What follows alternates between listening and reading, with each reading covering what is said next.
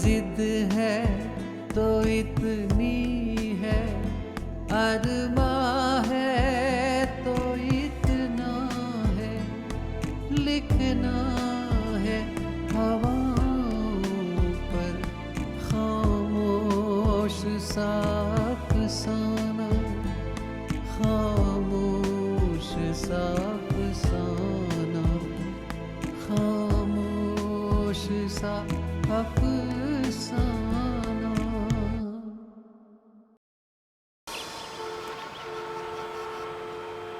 पता है मुझे आज कैसा लग रहा है कि हमारे मुफलिसी के दिन फिर से वापस आ गए। वैसे किसी ने बिल्कुल ठीक कहा है यार कि life takes its full circle, full circle. देखना आज हम फिर से उसी जगह पर वापस आ चुके हैं जहां पर पहले हुआ करते थे। तू और मैं आज रोड पर खड़े हैं और एक तू है जिसने वाणी और साथ में बिजनेस खो दिया। अब सॉरी भाई, वो तो मैं तेरा मूड ठीक करने की कोशिश कर रहा था यार। ये तरीका होता है मूड ठीक करने का? जले पे मिर्च लगा रहा फिर कह रहा है मूड ठीक कर रहा हूं। यार सब मेरी गलती है यार, अपने गुस्से पर कंट्रोल रखना चाहिए था मुझे। ना मैं गुस्सा करता, ना वाणी नाराज होती, ना वो बॉक्स चोरी होता, ना डैड का ये हाल होता है। यार तू इंसान है, महात्मा बनने की कोशिश मत कर, ठीक है? यार गुस्सा तो किसी को भी आ सकता है यार, इसमें कौन सी बड़ी बात है? ये जरूरी थोड़ी है यार कि तू कोई भी कुछ भी कहते रहे तो उसकी बात मानते रहे। इसमें तेरी गलती थोड़ी है यार, तेरे साथ ज्यादती हो रही है अर्जुन यार। अरे यार तो ये बताना मैं क्या करूं, किसे समझाऊं ये बात जाकर? वाणी को? यार वो लड़की मेरी फीलिंग्स तो समझ नहीं पा रही। ये बात कैसे समझेगी कि हाँ यार मैं भी इंसान हूं, मुझसे भी तो गलती हो सकती है। लेकिन यार डैड की इस हालत का जिम्मेदार तो मैं ही हूं ना। यार तू अंकल के बीमार होने पर गिल्टी की फील कर रहा है यार। ये सब कुछ तो मार्केट में अफवाहें की वजह से हुआ है।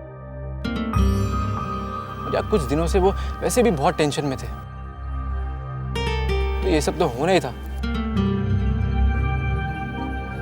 तो टेंशन मत ले यार। और तूने बताया था ना कि उन्होंने स्वरूप नारायण को हट जाने के लिए नोटिस भेजा हुआ था, तो फिर? लेकिन यार मेरी वजह से उनका इतना नुकसान हो गया। डैड मुझसे इतना नाराज हैं कि वो रॉयल हवेली कलेक्शन जिस पर काम कर रहा था डैड ने बंद कर दिया,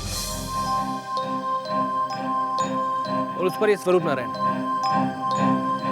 परेशान पे परेशान कर जा रहा है डैड को। और उसके आदमी मार्केट में पता नहीं यार कैसी कैसी उल्टी सीधी अफवाह फैला रहे हैं। पता है डैड को बीमार होती हुई भी ऑफिस जाना पड़ता है इसके चक्कर में। यार मन कर रहा है स्वरूप नारायण की तो हड्डी तोड़ दूं मैं। वो तो भैया ने रोका हुआ है।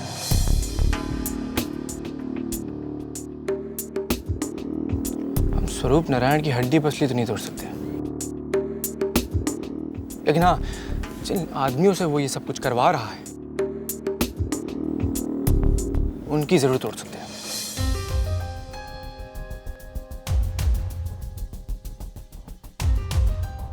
लेकिन मालूम कैसे पड़ेगा कि कौन करवा रहा है ये सब? भाई तेरे भाई का नेटवर्क बहुत लंबा है। अच्छा तू बस देखता जा। तो मैं भी देखूं तेरा नेटवर्क कितना स्ट्रांग है। तेरा पता तो लगा मार्केट में कौन फैला रहा है ये अफवाह? अरे अभी ले।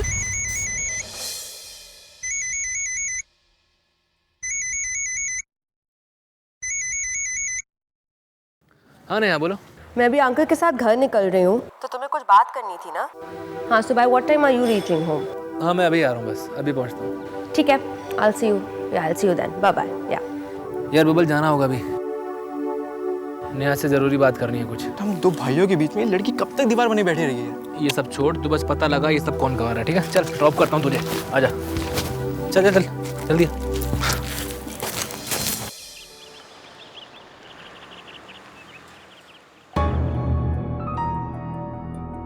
मे आई कम इन सर? अरे आइए आइए रावत साहब आइए, बैठिए। थैंक यू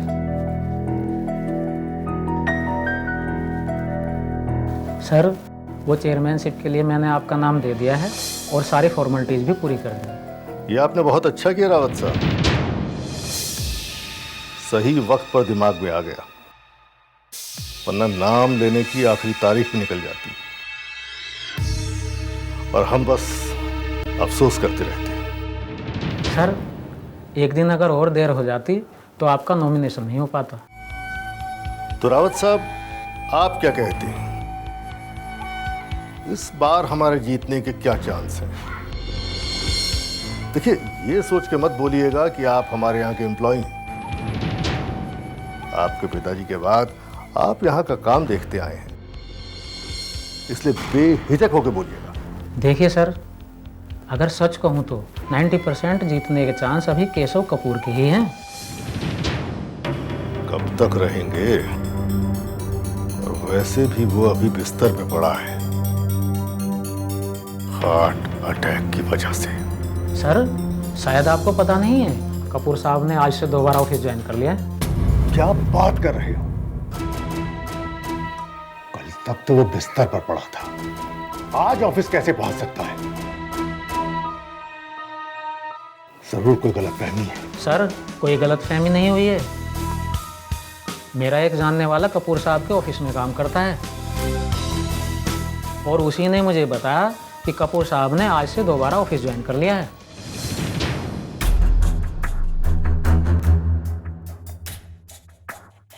ठीक है रावत साहब, आप जाइए और देखिए वो जरा हरिहर आया हो तो उसको भेज दीजिएगा। Okay sir, thank you sir.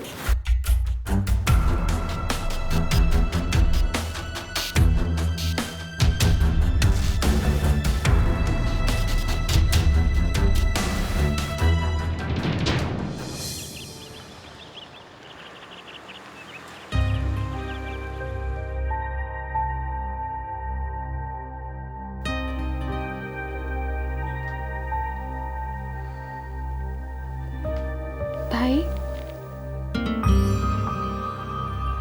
क्या हुआ, कुछ प्रॉब्लम है? कुछ नहीं यार, माँ के बिहेवियर के बारे में सोच रहा था। मैं समझ सकती हूँ तुम किस बात से परेशान हो। वाणी को इतना उल्टा सीधा सुना दिया ना माँ ने। यार मुझे दुख होता है, मुझे दुख होता है यार वाणी के लिए। माँ कभी भी कुछ भी बोल देती है यार उसको। तुम बिल्कुल ठीक कह रहे हो। पता नहीं माँ वाणी से इतना क्यों चिढ़ती है। उसको एक महंगा गिफ्ट क्या मिल गया, माँ ने उस पर इतने सारे इल्जाम लगा दिए। सोनम, तुझे भी यही लगता है ना कि वाणी की कोई गलती नहीं है? भाई तुम मुझे एक बात बताओ, अगर मेरे किसी दोस्त ने इतना महंगा गिफ्ट दिया होता तो क्या मैं गलत होती? माँ मेरे बारे में वही सब कुछ बोलती जो वाणी के बारे में बोला। वही तो यार, माँ ये सब कुछ कभी नहीं समझने वाली। हर बार माँ की वजह से वाणी के आगे शर्मिंदा होते हैं हम। हर बार वाणी से माफी मांग रहे होते हैं माँ की वजह से।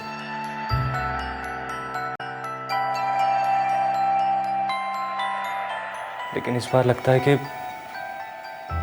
वाणी माफ नहीं करने वाली है। तुम बिल्कुल ठीक कह रहे हो भाई। और इस बार तो माँ ने वाणी के कैरेक्टर पे उंगली उठाई है। क्यों नहीं होगी नाराज? अरे क्यों नहीं होगी वो नाराज? गलती क्या उसकी? क्या गलत किया उसने? यार कोई भी शरीफ लड़की होगी ना, वो कभी ये बर्दाश्त नहीं करेगी।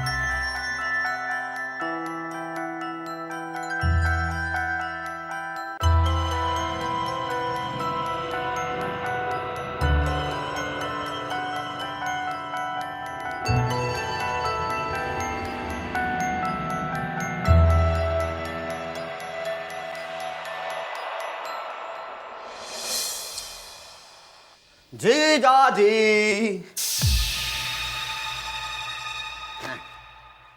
बताइए जीजा जी, कैसे याद किया आपने? साले साहब, हाँ जी। अब आपको अपने घाघ बने के बिजनेस से रिटायरमेंट ले लेना चाहिए, क्योंकि कुछ नहीं रहा आपके बस का। क्या कह रहे हो जीजा जी? है ये भी कोई उम्र है रिटायरमेंट होने की? है अरे रिटायरमेंट में अभी बहुत टाइम बाकी है जीजा जी, बुढ़ापे में होंगे ना। अब अपने बापू साहब को ही देख लीजिए, व्हील चेयर पर बैठे रहेंगे सारा दिन, प्रवचन देते रहेंगे। उनकी जवानी में उन्होंने क्या किया मालूम है? सारी जिंदगी धोखाधड़ी करते रहे। अब आके क्या जीजा जी आप रिटायर कर दो। बस यही बातों की खेती करते रहना। लेकिन वो कहावत सुनी है ना आपने, फिर पछताए क्या होत जब चिड़िया चुग गई खेत। ओहो जीजा जी, ये क्या सुबह सुबह लेकर बैठ गए मुहावरे पे मुहावरे हैं? कहना क्या चाहते हो साफ साफ बताओ, ताकि मुझे समझ में आए। हाँ, केशव कपूर जिसके हार्ट अटैक की तुमने खबर फैलाई थी, हाँ, आज वो ऑफिस पहुंच गया है। तुम्हारा दाव तो उल्टा पड़ गया है साले साहब। अब इस खबर को फैलाने का भी कोई फायदा नहीं रहा, बल्कि लोग अब ये समझ जाएंगे कि जो भी खबरें फैल रही हैं वो सब अफवाहें हैं। जीजा जी आप भी कमाल की बात करते हो हैं?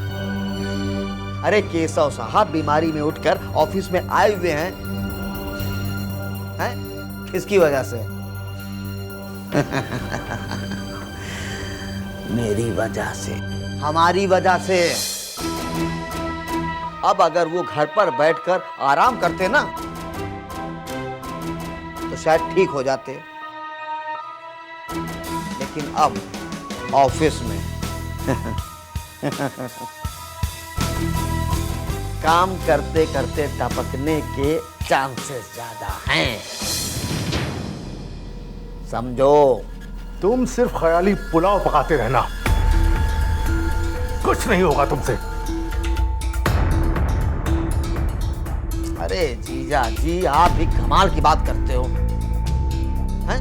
अरे अब जब वो ऑफिस आएगा और उसको ये पता चलेगा कि आप चेयरमैन का चुनाव लड़ने वाले हो,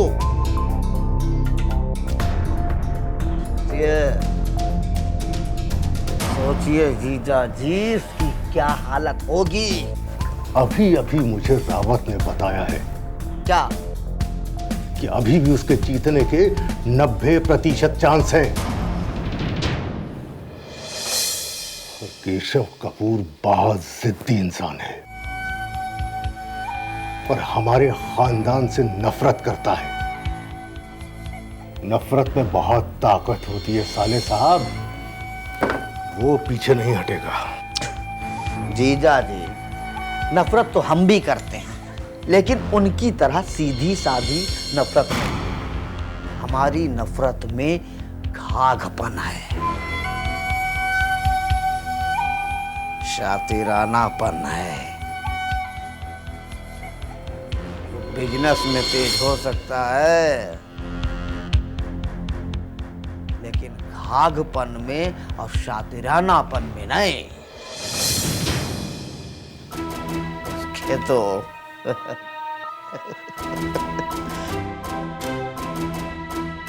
इसी को कहते हैं जीजा जी किस्मत। नेहा, डैड की तबीयत तो ठीक है ना? हाँ, उनकी तबीयत बिल्कुल ठीक है। आज थोड़ा थके हुए लग रहे थे, पर वो तो नेचुरल है। जितना उन्हें रेस्ट करना चाहिए था वो कर नहीं रहे। ऑफिस ज्वाइन कर लिया है। नेहा मुझे समझ में नहीं आ रहा यार, डैड क्यों कर रहे हैं ऐसा? वो मुझसे नाराज है ना, तो अपनी नाराजगी अपनी सेहत पर क्यों निकाल रहे हैं वो? ये तुम्हारी वजह से नहीं हो रहा है अर्जुन। मार्केट में जो उल्टी सीधी बातें फैल रही है ना, उसको काउंटर करने के लिए अंकल ने ऑफिस ज्वाइन किया है। हाँ तो नेहा ठीक है ना यार। नेहा लोगों को जो सच लग रहा है उन्हें लगने दो ना। बिजनेस आपकी हेल्थ से बढ़कर तो नहीं हो सकता। अर्जुन तुम्हें ये समझना होगा कि अंकल ने बहुत मेहनत से ये बिजनेस खड़ा किया है। वो बिल्कुल नहीं चाहेंगे कि इस पे कोई भी आ जाए। तुम ये सब बातें छोड़ो, तो मुझे ये बताओ तुम्हें क्या बात करनी थी? यार अब सारी रिस्पॉन्सिबिलिटी भैया के कंधों पर आ जाएगी। इतनी मुश्किलों से उन्हें आराम मिला था, भैया अलग परेशान हुए। और मुझे देखो, मैं कुछ नहीं कर रहा हूँ, मैं खाली घर पर बैठा हूँ। वाह। तुम चिंता मत करो, अंकल का गुस्सा बहुत जल्दी खत्म हो जाएगा और फिर देखना वो तुम्हें खुद ऑफिस बुलाएंगे। लेकिन हाँ, जब तक उनकी तबीयत ठीक नहीं हो जाती तब तक हमें वेट करना पड़ेगा। नहीं देखो, डैड नहीं चाहते मैं ऑफिस आऊँ तो ठीक है, मैं नहीं जाऊँगा ऑफिस। लेकिन मेरे चक्कर में वो इतना बड़ा प्रोजेक्ट रॉयल हवेली कलेक्शन क्यों बंद कर रहे हैं, जिस पर हम ऑलरेडी लाखों रुपए लगा चुके हैं। ट्रू, बात तो तुम सही कह रहे हो। और अब अगर हमने ये प्रोजेक्ट करने से मना कर दिया ना तो हमारी इंटरनेशनल रेपुटेशन को भी डैमेज हो सकता है। हाँ। और नेहा, प्रोजेक्ट तो ऑलमोस्ट कंप्लीट है ना, अब उसको मैं पूरा करूं या कोई और करे, क्या फर्क पड़ता है? तुम भी कर सकती हो तो। That's true. ऐसा है, मैं एक बार अंकल से बात करने की कोशिश करती हूँ, शायद मान जाए। I try. नेहा प्लीज़ यार, देखो तुम इस बार डैड को कन्विंस कर दो प्लीज़। अगर तुमने ऐसा किया ना तो समझ लो मैं तुम्हारा गुलाम। तुमने मुझे खरीद लिया, प्लीज़ नेहा। सोच लो, अगर मैंने तुम्हें खरीद लिया इसका मतलब तुम पे सिर्फ मेरा हक होगा। नेहा, मुझ पर वैसे भी तुम्हारा हक है। तुमने जितना मेरे लिए किया है ना, किसी ने नहीं किया। तुम्हें पता है, एज ए फ्रेंड तुम्हें पाकर मैं सिक्योर फील करता हूँ।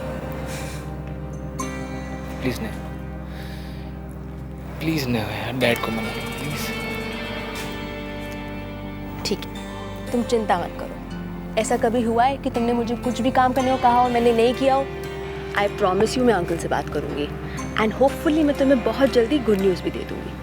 ठीक है?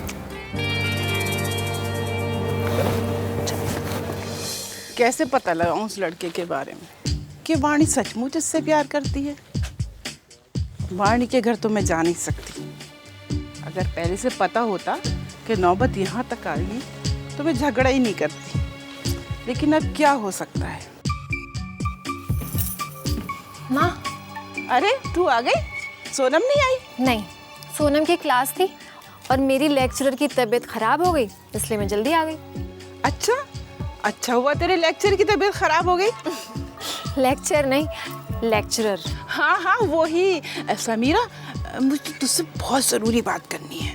माँ, बाद में बात करना, अभी नहीं। अरे तू सुन तो सही, मुझे ना तुझसे अकेले में बहुत ज़रूरी बात करनी है। अकेले में? हाँ।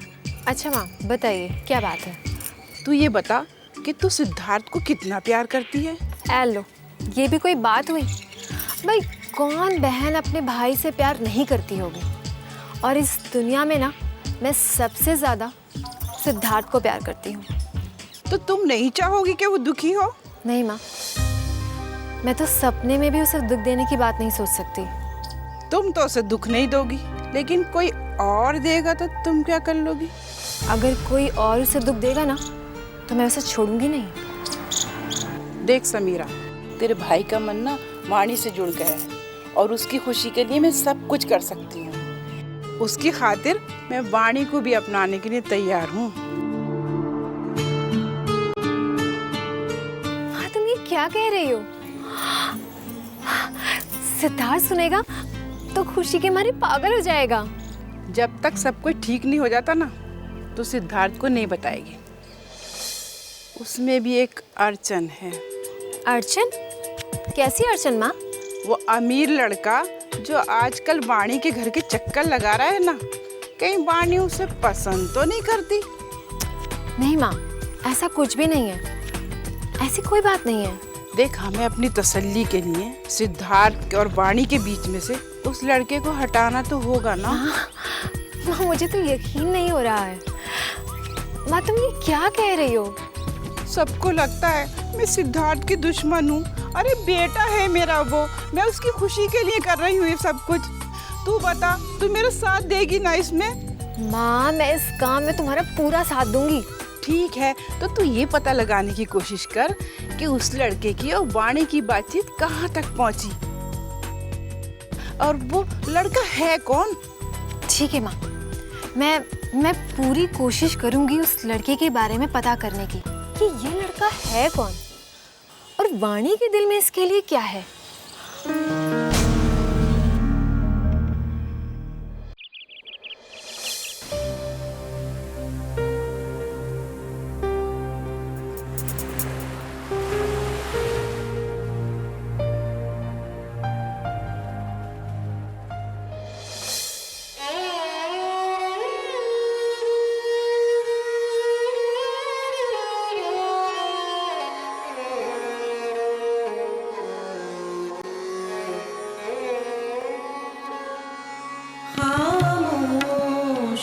अफसाना हकीकत में ढल रहा है। कचौड़ियाँ किसके लिए? हकीकत में ढल रहा है। चुपचाप बिना बोले, चुपचाप बिना बोले वो मुझको छल रहा है। खामोश सा अफसाना हकीकत में ढल रहा है।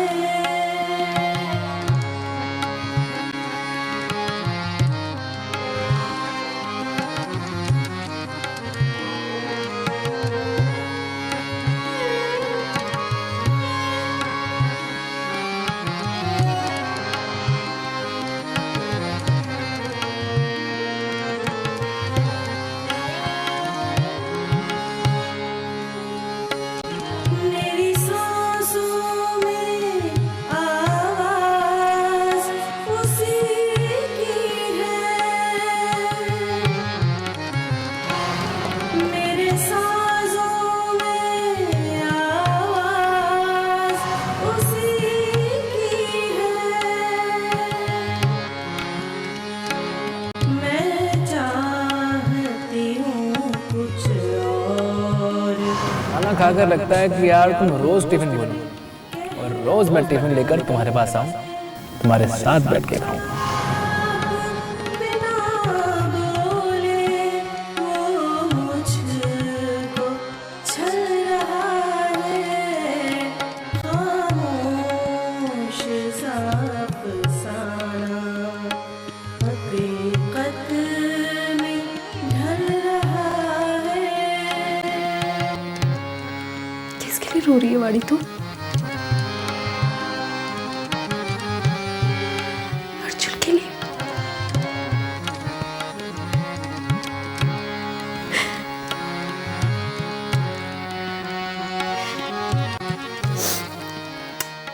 जिसका तू इंतजार करती रही।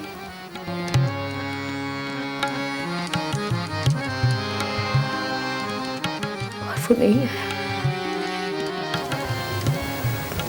नहीं आया वो।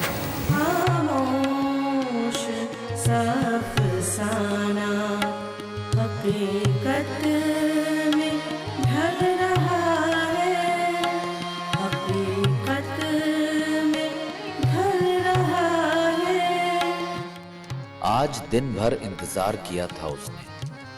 नजरें थीं कि बार बार बाहर की तरफ उठ जाती थी। एक अजब बेचैनी, एक अजब जुस्तजू, मगर वो नहीं आया। कभी कभी एक इंसान का ना आना पूरी दुनिया का छूट जाना क्यों लगता है हमें।